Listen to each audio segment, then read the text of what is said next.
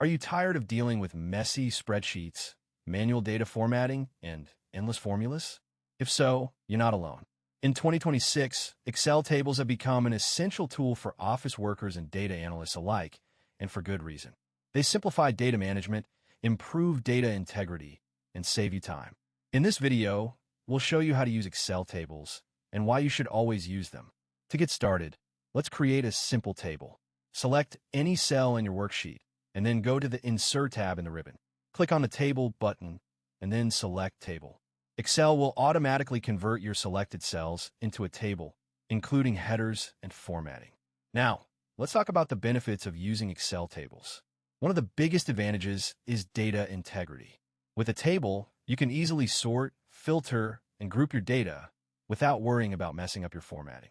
For example, let's say you have a list of customer orders with columns for order date, product name,